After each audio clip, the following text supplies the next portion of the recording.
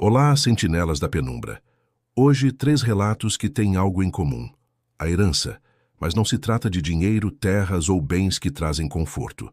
São objetos e segredos que passam de geração em geração, arrastando junto dívidas que não podem ser pagas com moeda.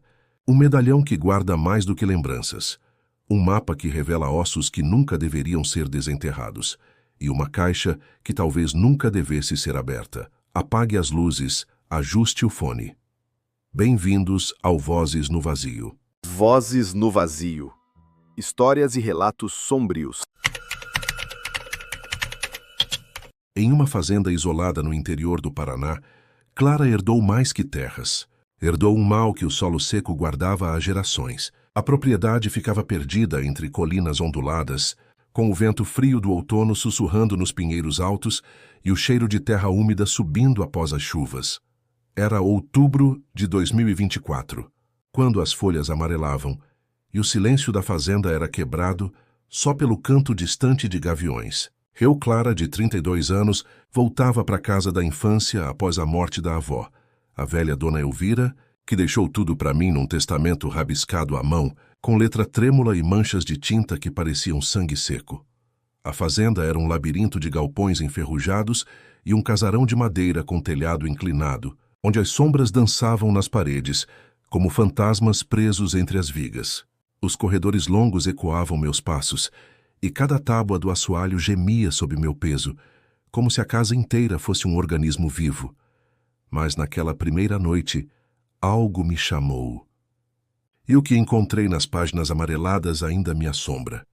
Era uma sexta-feira gelada, o ar cortante mordendo a pele, enquanto eu descarregava as caixas do meu Corsa velho. O motor tossindo e cuspindo fumaça na estrada de terra batida, que serpenteava por 3 quilômetros até a porteira rangente. A estrada era cheia de buracos e pedras soltas, e eu precisei dirigir devagar, observando as cercas caídas e os postes inclinados que marcavam os limites da propriedade. A avó morrera sozinha, de causas naturais, segundo o atestado médico, encontrada pelo carteiro depois de 3 dias sem buscar a correspondência. O enterro fora rápido e solitário, sem família para chorar ou vizinhos para lamentar. Apenas eu, o padre cansado e 2 coveiros que pareciam ter pressa de acabar o serviço. O casarão estava exatamente como eu lembrava da infância. Poeira acumulada nos móveis de madeira maciça, cortinas de chita desbotadas pelas décadas de sol, e aquele cheiro peculiar de madeira velha, misturado com algo doce e enjoativo, como flores murchas deixadas em água parada por semanas. Passei a primeira hora caminhando pelos cômodos, reconhecendo cada canto, a sala de estar com as poltronas de couro rachado, a cozinha com o fogão a lenha, ainda com cinzas frias, o quarto da avó com a cama arrumada, como se ela fosse voltar a qualquer momento. Foi quando subi para o sótão, onde ela guardava as coisas mais antigas, que tudo começou. As tábuas rangiam sob meus pés, enquanto eu subia a escada íngreme, segurando firme no corrimão gasto pelo tempo. Lá em cima, entre baús de metal e caixas de papelão empoeiradas, achei o diário. Era um caderno grosso e pesado, capa de couro rachado e amarelado pelo tempo, com uma trava de metal enferrujado que cedeu com um estalo seco. As páginas tinham aquela cor amarelada do papel antigo, e o cheiro de mofo subiu quando abri. As entradas eram datadas de 1950 até o ano passado, escritas com a mesma letra cuidadosa que eu conhecia dos bilhetes que a avó deixava na geladeira. Abri na primeira página, a lanterna do celular tremendo na minha mão gelada, e li as primeiras palavras que me gelaram o sangue. 15 de março de 1950. Hoje o solo pediu o primeiro sangue. Enterrei o vizinho Antônio bem ali atrás do galinheiro, para que a colheita de milho cresça forte e dourada. Meu estômago revirou violentamente. Aquilo tinha que ser brincadeira, uma fantasia da mente senil da avó. Mas as páginas seguiam, página após página, descrevendo rituais macabros com facas de açougueiro e terra vermelha, como se a avó invocasse algo sobrenatural das raízes mais profundas da terra. 20 de junho de 1953. A mulher do Joaquim não parava de fofocar na cidade sobre minha vida. Agora ela fertiliza os pés de tomate. As plantas nunca estiveram tão viçosas. 3 de setembro de 1967. O fiscal da prefeitura veio importunar sobre os documentos da terra. Que descanse em paz sob as roseiras. As flores este ano saíram vermelhas como sangue. Fechei o diário com força, as mãos tremendo. Aquilo não podia ser verdade. Era apenas o delírio de uma velha solitária, inventando histórias para passar o tempo. Nos dias seguintes, porém, a fazenda começou a mudar de formas inexplicáveis. O vento constante que sempre assobiava entre os pinheiros parou completamente, deixando um silêncio pesado e opressivo que parecia pressionar meus ouvidos. À noite, ouvi sussurros vindos do jardim, vozes roucas e distorcidas, como a avó falando sozinha no porão. Clara, a terra tem fome. Sempre teve fome. Os sussurros vinham das plantas, das árvores do próprio solo. Uma manhã de sábado, quando saí para verificar a propriedade, as plantas no jardim que estavam secas e mortas na semana anterior haviam brotado verdes e exuberantes da noite para o dia. Mas havia algo errado com elas. As folhas tinham formatos estranhos, parecendo mãos humanas cerradas em punhos, e os caules tinham uma cor avermelhada que lembrava veias. Mostrei a estranheza para o caseiro seu Manuel, um homem de 70 anos, que trabalhava na fazenda há mais de 4 décadas. Ele olhou as plantas com olhos arregalados de medo e disse com voz trêmula: Dona Clara, isso é mau assombro. Sua avó fazia coisas muito ruins aqui, coisas que não se deve fazer com a terra. Ele se aproximou de mim, olhando para os lados como se alguém pudesse estar ouvindo, e sussurrou histórias que me fizeram questionar tudo o que eu sabia sobre minha família. Vizinhos que sumiram sem deixar rastro nos anos 60, corpos que nunca foram encontrados apesar das buscas da polícia, e a avó sempre com aquele sorriso misterioso quando perguntavam sobre os desaparecidos. Ela conversava com a terra. Dona Clara. Via ela de madrugada ajoelhada no jardim, sussurrando coisas em língua estranha. E depois as plantas cresciam de um jeito que não é natural. Cresciam demais, muito rápido, como se tivessem comido algo que não deviam. Ignorei as histórias, achando que era superstição de homem simples, mas o diário continuava me chamando como um imã.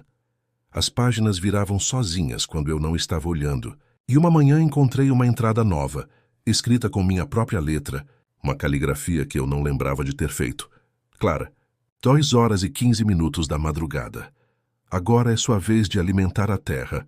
O sangue gelou nas minhas veias. Eu não lembrava de ter escrito aquilo. Não lembrava nem de ter tocado no diário na noite anterior. Na semana seguinte, tomei uma decisão desesperada: queimar o diário e acabar com aquela loucura de uma vez por todas. Era uma terça-feira sem lua, o céu negro como breu, e o frio subia do solo como vapor fantasmagórico. Juntei galhos secos e papel velho, montando uma fogueira no centro do pátio. Acendi o fogo com as mãos trêmulas e joguei o caderno no meio das chamas alaranjadas. Mas algo impossível aconteceu. As páginas começaram a se contorcer e virar cinzas, mas logo depois se reformavam como se fossem feitas de algum material indestrutível. Foi então que ouvi o sussurro mais alto e claro que já havia escutado. A terra guarda seus segredos. Seus servos! A voz parecia vir debaixo dos meus pés. Do próprio solo, corri desesperada para o galpão mais próximo, trancando a porta de madeira com a tranca enferrujada. Mas o chão começou a tremer como se houvesse um terremoto. Raízes grossas e negras saíram do chão de terra batida como serpentes gigantescas, procurando por mim. Seu Manuel apareceu de repente, os olhos arregalados de terror. Eu sabia que isso ia acontecer. Ela enterrou gente aqui, Dona Clara. É por isso que tudo cresce tão bem nesta fazenda. Ele contou então o segredo que guardava há décadas. A avó sacrificava pessoas que a incomodavam ou ameaçavam a propriedade, invocando um espírito ancestral da terra para garantir colheitas eternas e abundantes. Era um pacto de sangue que passava de geração em geração. As raízes continuaram subindo do chão, envolvendo minhas pernas com força sobrenatural, frias como gelo e ásperas como cordas. Na fumaça da fogueira lá fora, vi a silhueta da avó se formando. Com aquele sorriso cruel que eu conhecia da infância, gritei com todas as forças que tinha nos pulmões e comecei a cortar as raízes com uma enxada velha que encontrei encostada na parede. O metal cego cortava as plantas sobrenaturais, que sangravam uma seiva escura e fedorenta. Consegui me libertar e corri em direção à estrada, ouvindo atrás de mim o barulho do diário finalmente queimando de verdade. As páginas se desfazendo em cinzas que o vento espalhou pela fazenda. Dias depois, quando voltei com a polícia e alguns vizinhos, a fazenda parecia normal novamente. As plantas tinham voltado ao tamanho natural, o solo estava firme, e não havia sinais do que tinha acontecido. Vendi tudo rapidamente, por um preço muito abaixo do valor de mercado, só para me livrar daquele lugar. Mas o solo me segue até hoje. No meu apartamento na cidade, plantas crescem sozinhas em vasos que eu nunca plantei, e à noite ouço sussurros vindos do vaso de flores na janela. Uma vez acordei e encontrei uma raiz grossa saindo do ralo do banheiro, com um nome gravado na casca como cicatriz, Clara. Tentei denunciar o que aconteceu, contar para a polícia sobre os corpos enterrados na fazenda, mas riram da minha cara. História de herdeira louca, disseram. Estresse pós-luto, diagnosticou o psiquiatra.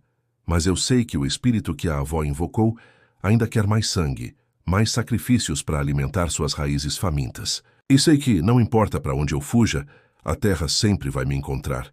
Se você algum dia herdar uma propriedade rural muito antiga, cuidado com o que o solo guarda. Às vezes ele esconde mais que raízes e sementes. Às vezes ele guarda pactos que atravessam gerações e fomes que nunca se saciam. Rafael, morador de Nova Iguaçu, no Rio de Janeiro, encontrou algo na herança da mãe que o mudou para sempre. Algo que brilhava no escuro e sussurrava segredos que ele nunca quis ouvir.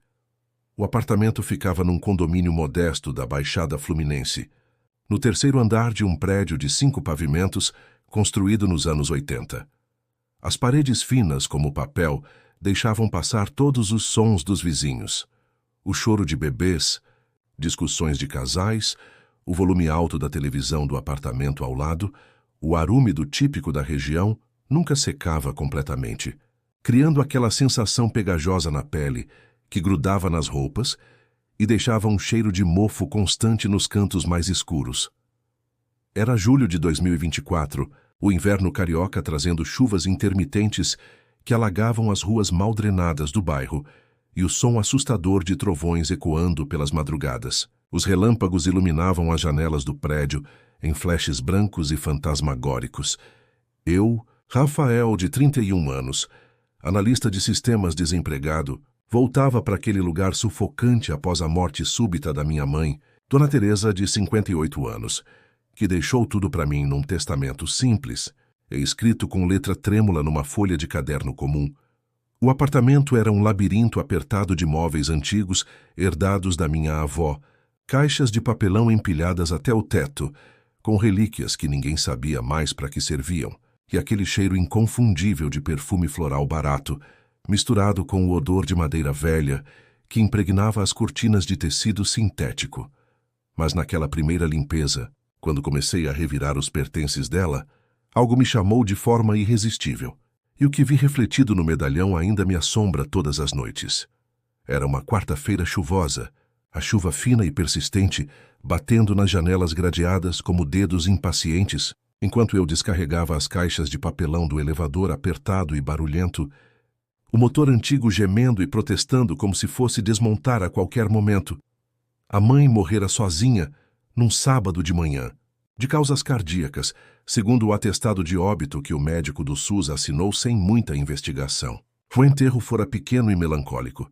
Só eu, 2 tios distantes que mal falavam comigo e apareceram só por obrigação, e o padre que rezou a missa de corpo presente com pressa de terminar. O testamento chegara 1 semana depois por correio, numa envelope pardo simples, com uma nota rabiscada em letra trêmula grudada com fita durex. Tudo para você, meu filho. Cuide bem das minhas coisas. O apartamento estava exatamente como eu lembrava das últimas visitas.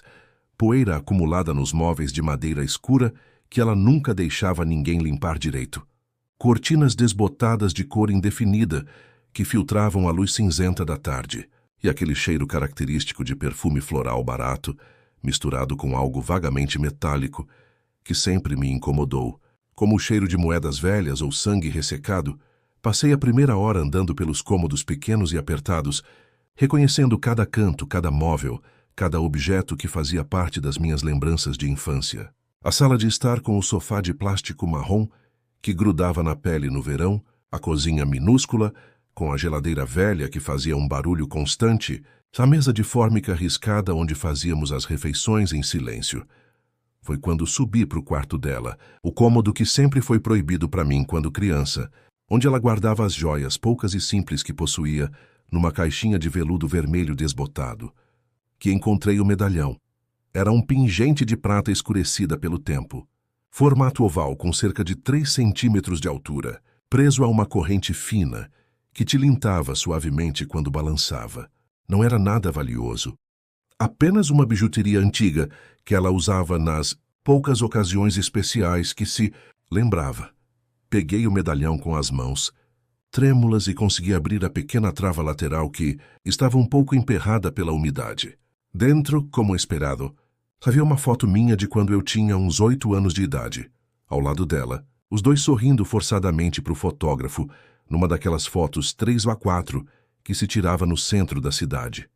Mas no momento em que meus dedos tocaram a superfície fria do metal, o medalhão começou a aquecer de forma inexplicável, como se tivesse vida própria. Foi então que ouvi pela primeira vez o sussurro que mudaria minha vida. Rafael. Era minha própria voz, mas eu não estava falando. Nos dias seguintes, o apartamento começou a mudar de maneiras que desafiavam qualquer explicação lógica. A chuva constante que caía há uma semana parou completamente, deixando um silêncio pesado e opressivo que parecia sugar o ar dos pulmões. Todas as noites, quando tentava dormir no sofá da sala, porque não conseguia entrar no quarto da minha mãe, ouvia sussurros vindos de lugar nenhum, vozes femininas baixas e melancólicas, como amantes conversando segredos no escuro. Rafael! Ela nos matou. Ela nos tirou de nossas famílias. Uma manhã de quinta-feira, quando acordei com o pescoço doendo por ter dormido torto, encontrei o medalhão aberto sobre a mesa de centro, mostrando uma foto completamente diferente da que eu havia visto. Era uma mulher jovem, morena, de uns 25 anos, com olhos castanhos arregalados de puro terror, como se estivesse olhando para a morte. Eu não conhecia aquela mulher. Nunca a havia visto na vida, mas seus olhos me seguiam. Não importava o ângulo que eu olhasse a foto. Descendo para o segundo andar, mostrei a descoberta para o vizinho, seu Jorge, um aposentado de 67 anos que morava sozinho e conhecia todos os moradores do prédio desde que foi construído. Isso é da sua mãe mesmo, Rafael? Ela sempre foi meio estranha, né? Sempre com visitas femininas que chegavam de noite e não saíam pela manhã. Seu Jorge se aproximou da janela, olhando para os lados como se alguém pudesse estar escutando nossa conversa, e começou a contar histórias que me fizeram questionar tudo o que eu pensava, saber sobre minha própria mãe. Mulheres que subiam para o apartamento dela nas madrugadas e simplesmente desapareciam sem deixar rastro. Boatos de ciúmes doentio e obsessivo que ela nutria por qualquer mulher que se aproximasse dos homens da sua vida. Gritos abafados que vinham do apartamento dela nas noites de temporal, quando o barulho da chuva disfarçava outros sons. Uma vez, Rafael, eu vi sua mãe descendo com uma mala pesada às 3 horas da manhã. No dia seguinte, a namorada do rapaz do 501 havia sumido. A família procurou, fez boletim de ocorrência, mas nunca acharam nada. Ignorei as histórias inicialmente, achando que era apenas fofoca de prédio, daquelas que crescem e se distorcem com o tempo. Mas o medalhão continuava me chamando com uma força magnética irresistível. As fotos dentro dele mudavam sozinhas a cada dia. Ora mostrava uma mulher loira de olhos azuis, ora uma morena de cabelos cacheados, ora uma ruiva de rosto infantil, todas com a mesma expressão de terror nos olhos. E numa manhã de sábado, encontrei uma anotação nova no caderno de telefones da minha mãe, escrita com minha própria letra, uma caligrafia que eu não me lembrava de ter feito. Rafael, 2 horas e 15 minutos da manhã. Agora você vai ver o que ela realmente fez com elas. Na semana seguinte, movido por uma mistura de curiosidade mórbida e desespero crescente, decidi investigar mais profundamente o mistério. Era uma segunda-feira abafada. A lua cheia iluminando o quintal interno do condomínio com uma luz pálida e fantasmagórica, e o silêncio da madrugada sendo quebrado apenas pelo gotejar persistente da chuva recente nos canos externos. Peguei o medalhão com as 2 mãos e me sentei na cama dela, o colchão velho rangendo sob meu peso. O lençol ainda guardava um leve perfume do perfume que ela usava, misturado com o cheiro de remédios e velhice. O pingente começou a aquecer novamente, mas dessa vez de forma mais intensa, quase queimando minha pele. Fechei os olhos e, de repente, comecei a ver imagens que não eram minhas. Flashes desconexos, mas terrivelmente nítidos. Vi minha mãe, mais jovem, uns 20 anos atrás, discutindo violentamente com uma mulher no quarto. A desconhecida chorava e implorava, enquanto minha mãe segurava o medalhão na mão como se fosse uma arma. Ouvi um grito abafado, o som de algo pesado caindo no chão e depois silêncio. Acordei suando frio, com o coração batendo descompassado no peito. O medalhão estava aberto na minha mão, mostrando a foto da mesma mulher que eu havia visto na visão. Os mesmos olhos aterrorizados, o mesmo rosto jovem. Foi quando ouvi passos lentos e arrastados no corredor do apartamento. Virei a cabeça em direção à porta do quarto e vi uma sombra alta e feminina parada no batente, imóvel como uma estátua. A figura não tinha rosto definido, apenas uma silhueta escura recortada contra a luz fraca do corredor. Nesse momento, seu Jorge bateu na porta de entrada com urgência. "Rafael, ouvi barulho aí em cima. Tá tudo bem? Precisa de ajuda?" Sua voz soava preocupada e ofegante, como se tivesse subido correndo as escadas. Abri a porta com as mãos trêmulas e contei tudo o que havia visto. As visões, a sombra no corredor, as fotos que mudavam sozinhas. Seu Jorge balançou a cabeça com uma expressão grave. "Eu sabia que um dia isso ia acontecer, Rafael. Sua mãe tinha muitas amantes ao longo dos anos, e ciúmes que eram capazes de matar. As pessoas do prédio sempre comentavam que ela fazia mulheres desaparecerem, quando elas se tornavam inconvenientes. Chamei a polícia no dia seguinte, mas os investigadores acharam tudo muito vago e subjetivo. Ilusão de luto", riram com desdém. "Estresse pós-traumático é normal quando se perde a mãe", disse um dos delegados, folheando preguiçosamente o boletim de ocorrência. Dias depois, tentei voltar à rotina normal. Limpei o apartamento, organizei os móveis, separei as roupas da minha mãe para doação. Mas o medalhão continuava exercendo sua influência sinistra. Decidi me livrar dele de uma vez por todas. Embrulhei numa caixa pequena e vendi para um ferro velho na região por alguns trocados apenas. Pensei que havia resolvido o problema. Mas 3 dias depois encontrei uma caixa dos Correios na minha porta, sem remetente. Dentro, o mesmo medalhão junto com uma foto nova. Eu e a sombra que havia visto no corredor. Lado a lado, como se fôssemos velhos conhecidos. Foi quando comecei a ver visões nas paredes do apartamento durante o dia. Silhuetas femininas caminhavam pelos cômodos. Mulheres jovens com olhos acusadores que me seguiam com o olhar. Suas bocas se moviam como se estivessem falando, mas eu só ouvia sussurros indecifráveis. "Rafael, vingue-nos, faça ela pagar pelo que fez." Uma noite, mentre tentava assistir televisão para distrair a mente, encontrei um brinco pequeno de prata caído no chão da sala. Era idêntico ao que a mulher da primeira foto usava na orelha esquerda. No dia seguinte, encontrei um anel de formatura embaixo do sofá. 3 dias depois, um lenço de seda perfumado apareceu dentro da geladeira. Todos pertences que não eram da minha mãe, mas que pareciam ter sido deixados propositalmente para eu encontrar. Denunciei novamente à polícia, levando os objetos como evidência, mas me chamaram de louco e sugeriram que eu procurasse ajuda psiquiátrica. Luto patológico. Diagnosticaram sem nem me examinar direito. Mas eu sei a verdade que ninguém quer acreditar. Sei que o medalhão é um portal que guarda as almas atormentadas de todas as vítimas da minha mãe. Mulheres que foram assassinadas por ciúmes doentio ao longo de décadas. E sei também que elas querem me usar como instrumento de vingança, me transformar no cúmplice post-mortem dos crimes que ela cometeu. O medalhão não vai me deixar em paz, até que eu aceite fazer parte dessa história sinistra. Mudei de apartamento, de bairro, até de cidade. Mas não importa para onde eu vá, o medalhão sempre reaparece. Na caixa de correio, na gaveta da cômoda, debaixo do travesseiro. E as fotos continuam mudando, mostrando rostos de mulheres diferentes, todas com a mesma expressão de terror.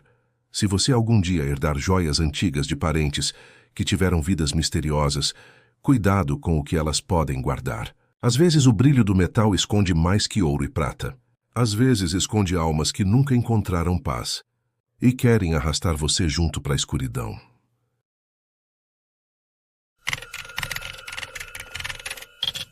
Em uma casa antiga no interior do Tocantins, Lucas descobriu que a herança familiar era mais que madeira e memórias. Era um peso que a terra seca carregava, esperando pelo próximo para desenterrar.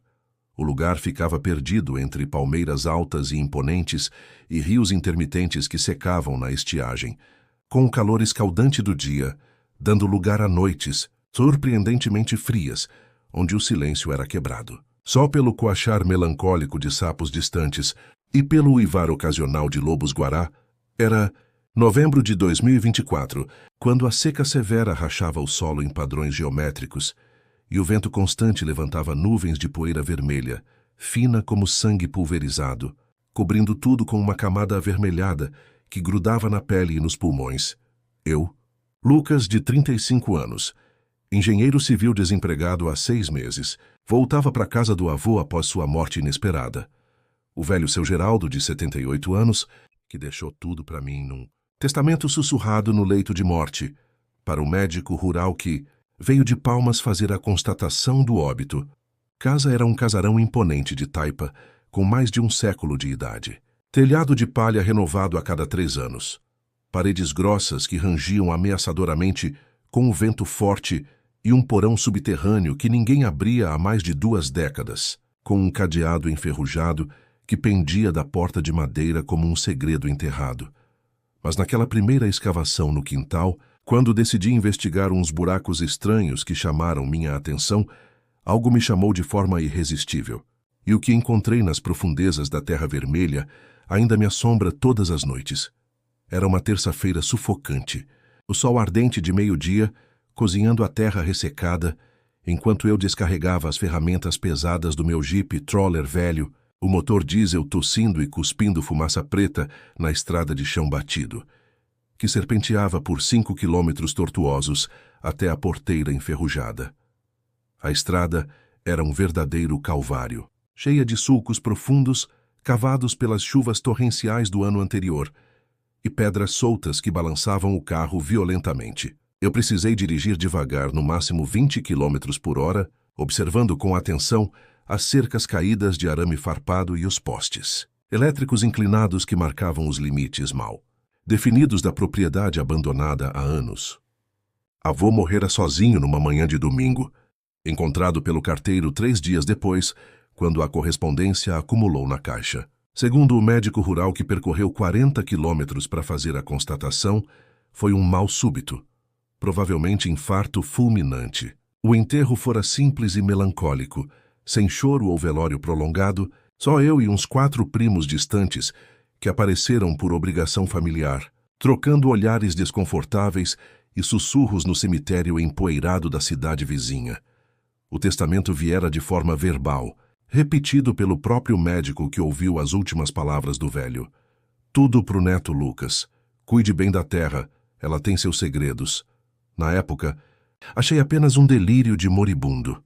A casa estava exatamente como eu lembrava, das visitas esparsas da infância. Poeira grossa acumulada nos móveis pesados de madeira escura, cortinas de chita desbotada e rasgadas que filtravam a luz poeirenta do fim de tarde, e aquele cheiro característico e perturbador de terra úmida, misturado com algo vagamente metálico, como ferro enferrujado ou sangue ressecado que subia das frestas do piso de taco solto e empenado. Passei a primeira hora andando pelos cômodos amplos e mal iluminados, reconhecendo cada canto com uma mistura de nostalgia e desconforto. A sala de estar com a mesa de jantar de madeira maciça, marcada por centenas de cortes de facas acumulados ao longo dos anos, a cozinha rústica com o fogão a lenha centenário, ainda com cinzas frias e um cheiro persistente de fumaça, o quarto do avô com a cama de ferro arrumada com lençóis limpos, como se ele fosse voltar a qualquer momento. Foi quando decidi descer para o porão proibido, onde ele guardava as coisas mais antigas e misteriosas da família, que tudo começou de forma irreversível. As tábuas de madeira rangiam ameaçadoramente sob meus pés, enquanto eu descia a escada íngreme e estreita, segurando firme no corrimão gasto pelo tempo e pela umidade, o ar ficando progressivamente mais úmido, pesado e opressivo a cada degrau. A temperatura lá embaixo era pelo menos 10 graus mais baixa que no resto da casa. E havia um cheiro forte de mofo misturado com algo que não conseguia identificar, doce e enjoativo, como flores podres. Lá embaixo, entre baús de metal completamente enferrujados e caixas de papelão que se desfaziam com a umidade constante, achei o mapa que mudaria minha vida. Um papel amarelado e frágil, dobrado em 4 partes, com linhas traçadas a lápis, marcando claramente vários poços espalhados pelo quintal extenso. Subi e abri o mapa cuidadosamente na mesa da cozinha, a lanterna do celular tremendo na minha mão gelada pela temperatura baixa do porão. E li a nota rabiscada com letra trêmula na margem inferior. Aqui os ossos dormem em paz. Não cave nunca, Geraldo. A terra não perdoa. Meu estômago revirou violentamente. Era a letra inconfundível do avô, mas para quem ele havia deixado esse aviso? Mas as linhas traçadas no mapa coincidiam perfeitamente com os poços secos e cobertos por tábuas que eu lembrava vagamente da infância. Lugares onde o avô proibia terminantemente qualquer brincadeira, sempre dizendo com um sorriso estranho que a terra morde quem mexe onde não deve. Nos dias seguintes, a casa começou a mudar de forma sutil, mas perturbadora, como se o próprio ar ficasse mais pesado e difícil de respirar. O vento constante que sempre assobiava entre as palmeiras parou completamente, deixando um silêncio opressivo que parecia sugar todos os sons naturais. Todas as noites, quando tentava dormir na cama rangente do avô, ouvia sussurros indistintos vindos do quintal, vozes roucas e distorcidas, como o avô falando sozinho no meio da madrugada. Lucas, a terra tem fome. Sempre teve muita fome.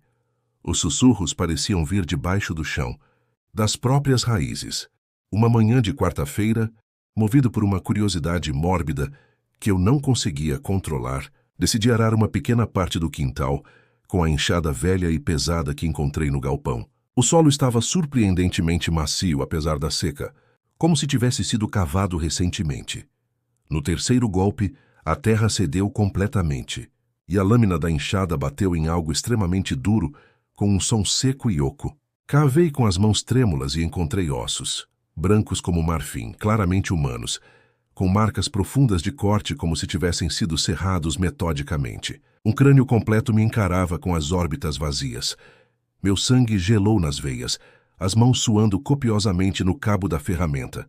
O cheiro que subia da terra revolvida era insuportável, doce e pútrido ao mesmo tempo. Chamei imediatamente o caseiro Seu Manuel, um homem de 65 anos que trabalhava na propriedade há mais de 3 décadas, sempre com os olhos fundos e desconfiados, sob o chapéu de palha desbotado. Seu Lucas, isso é mau assombro dos pesado. Seu avô enterrou gente aqui durante anos para fertilizar a terra e manter a propriedade protegida. Seu Manuel se aproximou do buraco, olhou os ossos com uma expressão de medo profundo e começou a contar histórias que eu nunca havia escutado em toda a minha vida. Contrabandistas que passavam pela região nos anos 80, carregando drogas e armas, rivais que sumiam misteriosamente após brigas ou desentendimentos, e o avô sempre rindo de forma sinistra, dizendo que a terra cuida muito bem dos seus filhos. Uma vez, seu Lucas, vi seu avô arrastando um corpo durante a madrugada. No outro dia, perguntei sobre o sumiço do homem e ele só sorriu dizendo que a pessoa havia viajado para muito longe. Ignorei as histórias no começo, achando que era apenas fofoca e superstição de homem simples e iletrado, mas o mapa continuava exercendo uma atração magnética irresistível sobre mim. Todas as noites, as linhas desenhadas pareciam se destacar sozinhas na luz pálida da lua cheia, como se fossem escritas com tinta fluorescente. E numa madrugada de quinta-feira, encontrei uma marca completamente nova no papel, escrita com minha própria letra, numa caligrafia que eu não me lembrava de ter feito. Lucas, poço 2 horas e 15 minutos. Agora é sua vez de alimentar a terra. Na semana seguinte, a obsessão pelo mistério me consumiu completamente, dominando todos os meus pensamentos, acordado e dormindo. Era uma quinta-feira abafada, a seca severa rachando o chão em fendas profundas como veias expostas, e o silêncio da propriedade sendo quebrado apenas pelo canto distante e melancólico de gaviões que circulavam no céu como abutres. Decidi cavar o segundo poço marcado no mapa, mesmo sabendo que estava fazendo algo terrivelmente errado. A pá pesada tremia na minha mão suada, o suor escorrendo abundantemente pelo rosto, apesar do frio cortante da noite. O chão estava estranhamente macio, quase convidativo, como se a própria terra quisesse ser escavada. Mas ao primeiro golpe mais forte, ouvi um estalo seco seguido de um sussurro alto e claro. A terra guarda seus filhos. E agora quer você também. A voz parecia subir diretamente debaixo dos meus pés, do próprio solo. Rouca e carregada de uma malícia ancestral, corri desesperadamente para o casarão, as pernas bambas de medo, trancando a porta pesada com a tranca enferrujada, que rangeu ao girar. Mas o chão de toda a casa começou a tremer violentamente, como se houvesse um terremoto localizado. Raízes negras e grossas como cobras gigantes começaram a sair das frestas do assoalho, frias, viscosas e pulsantes, enrolando nas minhas pernas com uma força sobrenatural. Seu Manuel apareceu na janela da cozinha, o rosto pálido de terror e os olhos arregalados. Eu sabia que isso ia acontecer um dia, seu Lucas. Seu avô enterrou dezenas de pessoas aqui ao longo de 40 anos. Enterrou para fertilizar os campos e invocar proteção dos espíritos da terra. É por isso que nada cresce direito nesta propriedade amaldiçoada. Ele contou então, gritando por cima do barulho das raízes, que quebravam as tábuas do chão. O segredo terrível que guardava há décadas com medo de morrer. O avô havia feito um pacto sobrenatural com uma entidade ancestral da terra, sacrificando sistematicamente pessoas que ameaçavam a propriedade, invocando um espírito faminto para garantir colheitas abundantes e proteção contra inimigos. Era um pacto de sangue que se renovava a cada geração, passando automaticamente de pai para filho, e o mapa detalhado era o guia macabro para os depósitos humanos espalhados pela propriedade. As raízes continuaram subindo do chão rachado com violência crescente, envolvendo minhas pernas, cintura e braços com uma força que parecia quebrar meus ossos, frias como gelo polar e ásperas como cordas de sisal molhadas. Na fumaça densa que começou a subir do solo rachado, vi lentamente a silhueta transparente do avô se formando, com aquele sorriso cruel e satisfeito que eu conhecia das poucas fotos antigas da família, estendendo a mão esquelética como se me chamasse carinhosamente para o abismo eterno.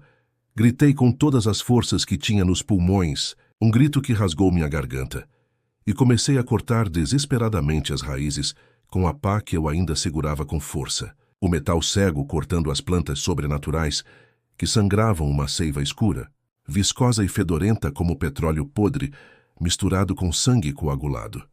Consegui me libertar depois de vários minutos de luta desesperada, o braço direito latejando de dor pelos cortes das raízes, e corri em direção à estrada empoeirada, tropeçando e caindo várias vezes, ouvindo atrás de mim o barulho surreal do mapa, finalmente se rasgando sozinho em pedaços, as linhas se desfazendo como veias cortadas que sangram tinta. Dias depois, quando finalmente criei coragem de voltar acompanhado da Polícia Civil de Palmas e alguns vizinhos curiosos que se ofereceram para ajudar, a fazenda parecia completamente normal novamente. As raízes haviam recuado completamente para o subsolo, o chão estava firme e compacto, como se nada sobrenatural tivesse acontecido, e não havia nenhum sinal dos ossos que eu havia desenterrado ou do tremor que quase destruiu a casa. Vendi toda a propriedade rapidamente, por um preço muito abaixo do valor real de mercado, só para me livrar definitivamente daquele lugar maldito que me assombrava até nos sonhos, e me mudei para Palmas, para um apartamento pequeno e anônimo num prédio de classe média. Mas o solo vermelho do Tocantins me segue até hoje, não importa para onde eu vá. No meu apartamento na cidade, terra vermelha aparece misteriosamente sozinha, em vasos que eu nunca plantei, crescendo plantas estranhas com folhas que parecem mãos humanas cerradas em punhos ameaçadores. À noite, ouço sussurros conhecidos vindos do ralo do banheiro, das frestas do piso laminado, ou até mesmo da caixa d'água no teto. Uma vez, Acordei no meio da madrugada e encontrei uma raiz grossa e preta saindo do vaso de flores na janela da sala, com um nome gravado na casca rugosa como uma cicatriz fresca e sangrenta. Lucas. Tentei várias vezes denunciar o que realmente aconteceu, contar detalhadamente para a polícia sobre os corpos enterrados na fazenda e o pacto sobrenatural que o avô havia feito, mas todos riram da minha cara com desdém. História de herdeiro louco, disseram, batendo no meu ombro com pena fingida. Estresse pós-luto é mais comum do que você imagina, diagnosticou superficialmente o psiquiatra, que a própria polícia me mandou consultar, prescrevendo uma receita de remédios controlados que eu nunca tive coragem de tomar. Mas eu sei a verdade terrível que ninguém quer acreditar ou sequer ouvir. Sei que o espírito ancestral que o avô invocou décadas atrás ainda quer muito mais sangue, muito mais sacrifícios para alimentar suas raízes famintas e eternas que se espalham pelo subsolo. E sei também que, não importa para onde eu fuja ou quantos milhares de quilômetros eu ponha entre mim e aquela terra amaldiçoada, ela sempre vai me encontrar no final, porque o pacto macabro é de família, e eu sou inevitavelmente o próximo da lista. Se você algum dia herdar uma propriedade rural muito antiga e isolada, principalmente no interior do país, tenha muito cuidado com o que o solo pode guardar embaixo da superfície. Às vezes, ele esconde muito mais que raízes, sementes e pedras. Às vezes, ele guarda pactos sobrenaturais que atravessam gerações inteiras e fomes ancestrais que nunca jamais se saciam.